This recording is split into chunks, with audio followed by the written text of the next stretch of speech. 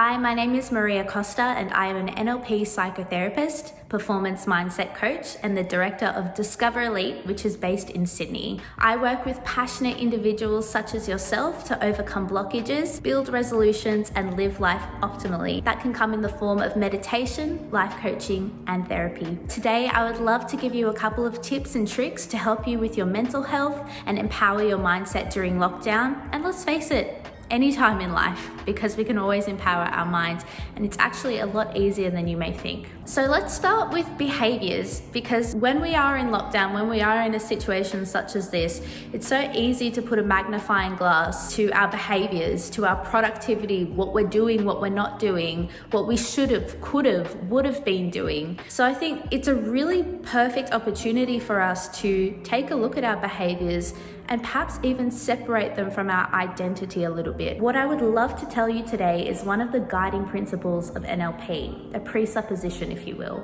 and that is that the positive worth of an individual remains constant. It is the appropriateness and value of the behaviors that can be questioned.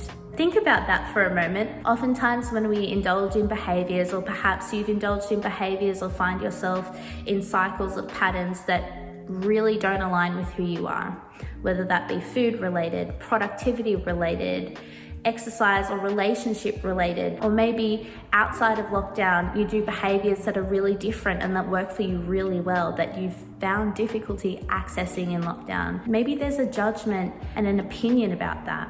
But knowing that the worth of the individual remains constant, and it's just the behaviors and the appropriateness and values about those behaviors that can be changed, means that our worth always remains constant. There is always a positive worth despite the behaviors. When we separate our identity from our products, from what we are doing, from what we engage in and how we behave in that moment, it gives us that ability to really step back in that beyond position, that observer position. Be kind and compassionate.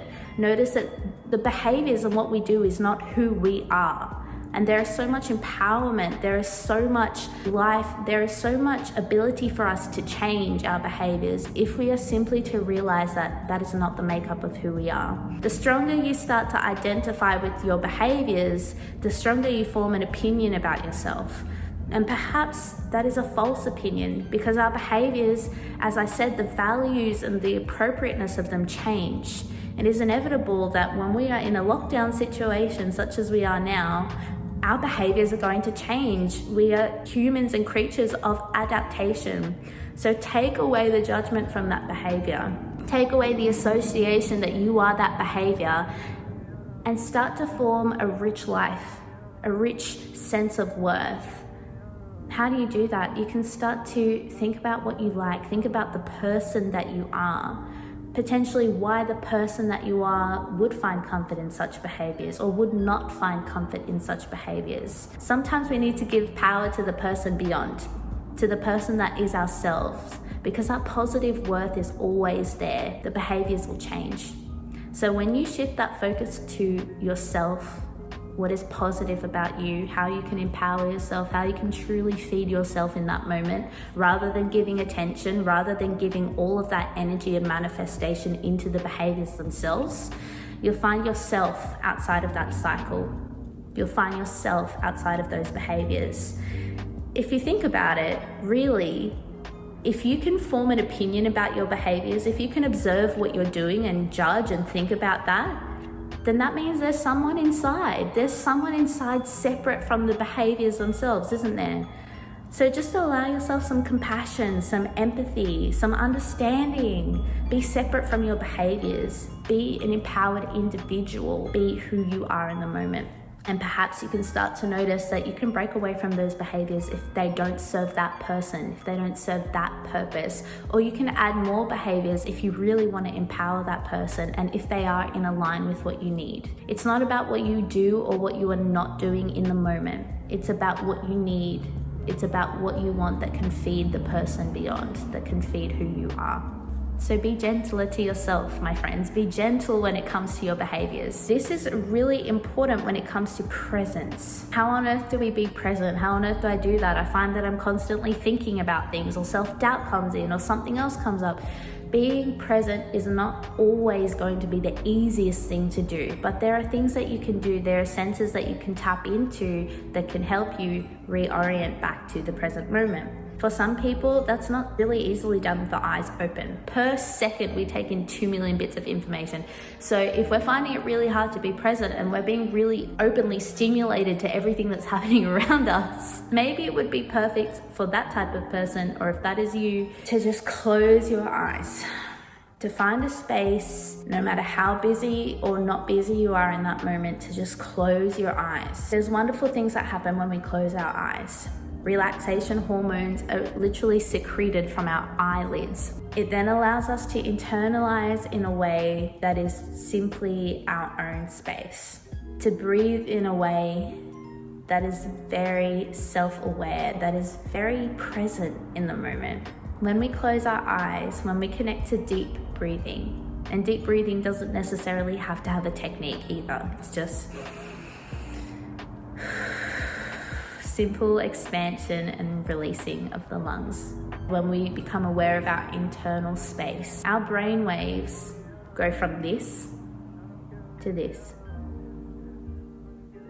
Not only does it become slower, but it becomes deeper into our unconscious state as well. Our unconscious state is not that thinking mind that we tend to get so caught up in. Our unconscious mind is that 90%. Can you believe it? 90% underneath that thinking mind. That 90% is where our behaviors live, where our emotions are stored. It's where every single memory of your life, even if you can't recall it in a moment, is in your body, is in your being. So my question to you is, are you going to give all of your attention to that thinking mind that is looking for the next thing, that is so active, that is so strategic, that is so logical? Or are you going to dedicate some time in your day to the rest of you? And not the rest of you, but the core of you. It is a process. It doesn't need to be done straight away. You have a large and wonderful life ahead of you. So know that if you sit down one day and meditation just doesn't work for you, or presence is just nope, you can always come back to you. You are always here. You are always constant. So give yourself some time. Find what feels nice in the moment. One more topic that I would love to talk about is time. Our sense of time and our awareness about how time passes by can also be something that causes emotions or that causes specific opinions and judgments during lockdown, and really anywhere in life, because some people feel really on top of their time. Some people move quite naturally through time. Some people feel very stressed and overwhelmed, like there is so much to do in so little time and time just passes them by like this. And some people just feel like time is so long and there are so many options and it's quite overwhelming about what to do now or what to do next. Bringing back to that presence can also help us with that time. Knowing that our worth and our value is constant can also help us with how we structure our day, if we do structure our day. Even though the world around us makes us think at times that we need to be on top of our time, that we need to schedule things in order to succeed or to be well. Nope. So see what works for you. For some people during lockdown, scheduling the fun, scheduling something to look forward to has been really powerful, because if we're putting all of our attention and our energy to work and the productivity and the things we need to get done, then that could be a very consuming place for us to operate from. You can really put your mind on that trajectory to something that you like. It doesn't always have to be about scheduling work or productivity or something you need to have to do. Scheduling self-care is a beautiful thing that you can do as well. Knowing that you can let go of the diary, you can let go of the calendar, you can wing it, you can scat, you can just be organic. For my schedulers, for my people who are very A-type personality, if you will, think about setting an intention. In fact, everyone can do this. Set an intention rather than a checklist. Starting your day with an intention is really powerful. Even just now, thinking about the difference between intention and expectation. When you make an expectation, you're setting a principle, you're setting a guideline about how something needs to be done. You're setting a generalization about the way you need to be in your day, in your schedule, in lockdown. Set an intention and let it be creative, let it be bizarre. Let that intention connect to that constant, that you, that worth, that positive that is there. Set an intention and notice how your world begins to change. If you would love to learn more about mental health, or if you would love to know about coaching and therapy with me, please feel free to reach out to me personally. You can message me at Discover Elite on Instagram, and my email is maria@discoverelitetherapy.com. Thanks, Groovers.